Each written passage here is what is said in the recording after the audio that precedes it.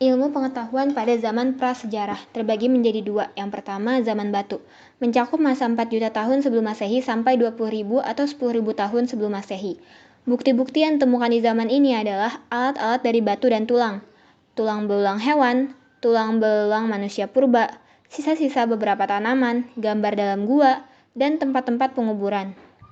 Dari sisi psikologis, dapat diketahui bahwa makhluk di zaman ini memiliki kemampuan mencetuskan konsep tentang alat, dapat membedakan dan juga memilih.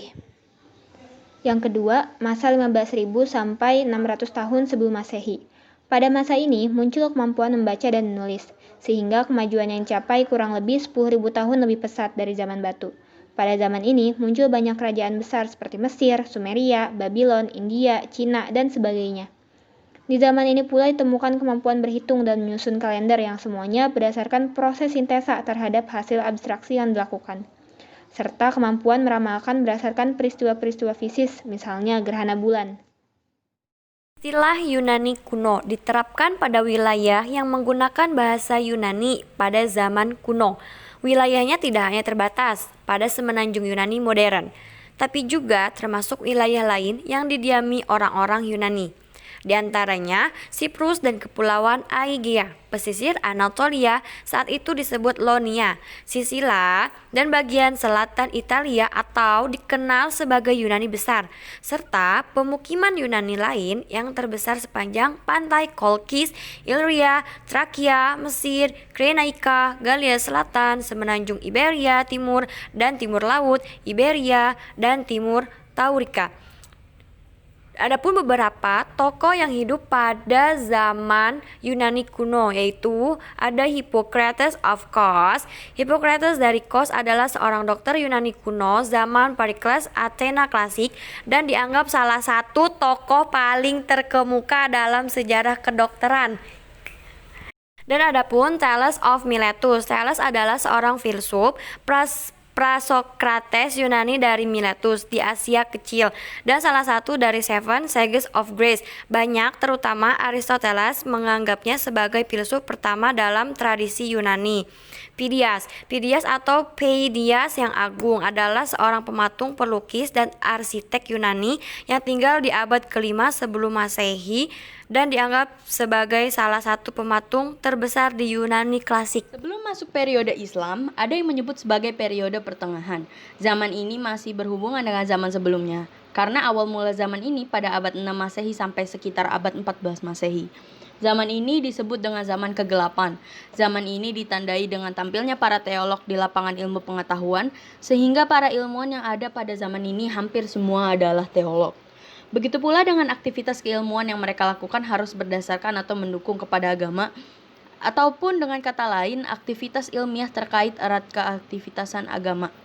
Pada zaman ini, filsafat sering dikenal sebagai pengabdi agama. Selain itu, yang menjadi ciri khas pada masa ini adalah dipakainya karya-karya Aristoteles dan kitab suci sebagai pegangan. Di era ini, dominasi kekuatan agama sangat besar sehingga menghambat intelektual dan perkembangan ilmu pengetahuan di Eropa. Bahkan sains dianggap sihir. Gairah intelektualitas di dunia Islam ini berkembang pada saat Eropa dan Barat mengalami titik kegelapan. Pada saat itulah di timur, terutama di wilayah kekuasaan Islam, terjadi perkembangan ilmu pengetahuan yang pesat. Di saat Eropa pada zaman pertengahannya lebih berkutat pada isu-isu keagamaan, maka peradaban dunia Islam melakukan penerjemah besar-besaran terhadap karya-karya filosof Yunani dan berbagai temuan di lapangan ilmiah lainnya. Dengan perkembangan pengaruh Islam, maka semakin banyak pula tokoh-tokoh ilmuwan yang berperan dalam perkembangan ilmu. Di antaranya adalah Al-Kindi, Al-Farabi, Al-Khawarizmi, Ibnu Sina, Al-Ghazali, dan selain daftar nama ilmuwan tersebut, masih banyak lagi ilmuwan muslim yang lain. Sebagian bangsa di Asia juga memperlihatkan perkembangan ilmu mereka. Dari Cina ada salah satu tokoh terbaik akan Shen Kuo, yaitu seorang ilmuwan dan negarawan yang pertama kali menggambarkan magnet jarum kompas yang digunakan untuk navigasi, menemukan konsep utara sejati, perbaikan desain astronomi gnomon, armillary bola, penglihatan tabung, dan clepsydra, dan menggambarkan penggunaan dry docks untuk memperbaiki perahu. Selain itu, Senko juga menyusun teori pembentukan tanah atau geomorfologi, dan ada juga Susong, yaitu farmasi dengan subjek terkait botani, zoologi, mineralogi, dan metalurgi, dan telah mendirikan besar astronomi Clock Tower di Kaifeng pada tahun 1088. Zaman Renaissance. Renaissance terjadi pada abad ke-14 sampai abad ke-17. Setelah Eropa mengalami masa kegelapan, para pemikir berusaha mencari ide-ide baru dengan cara mempelajari ilmu-ilmu dari zaman Romawi kuno, Yunani kuno, atau kerajaan Ottoman untuk kemudian dimodifikasi. Renaissance secara harfiah berarti terlahir kembali.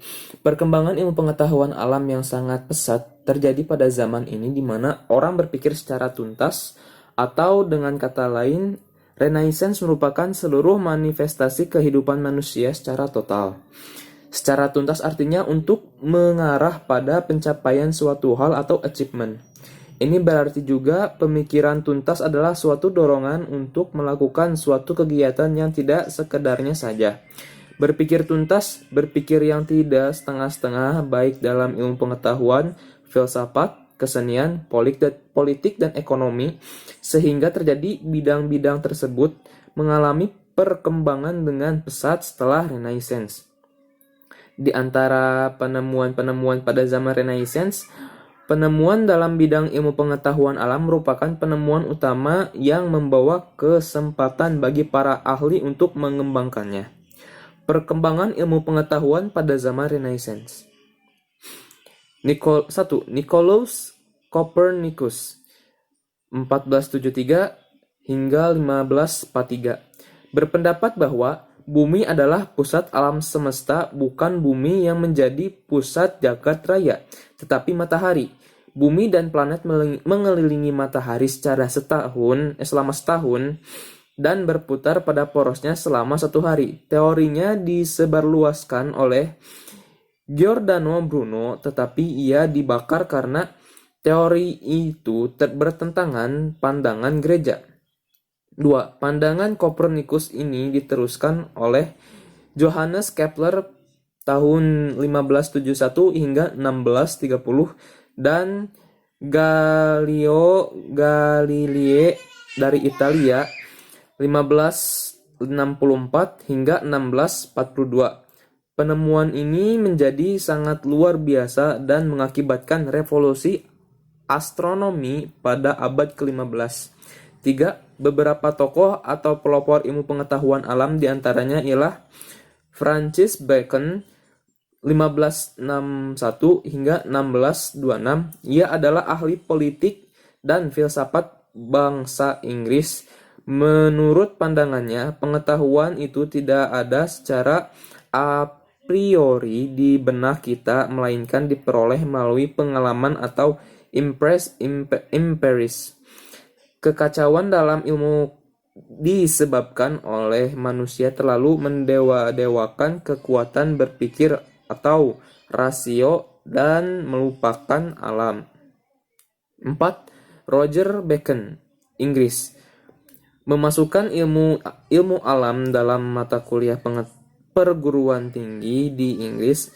Demikian pula pada zaman Renaissance mulai tumbuh akademika atau akademika sains dan teknik seperti di Paris Academia des Sciences, di Berlin Academia der Wissenschaften, dan sebagainya.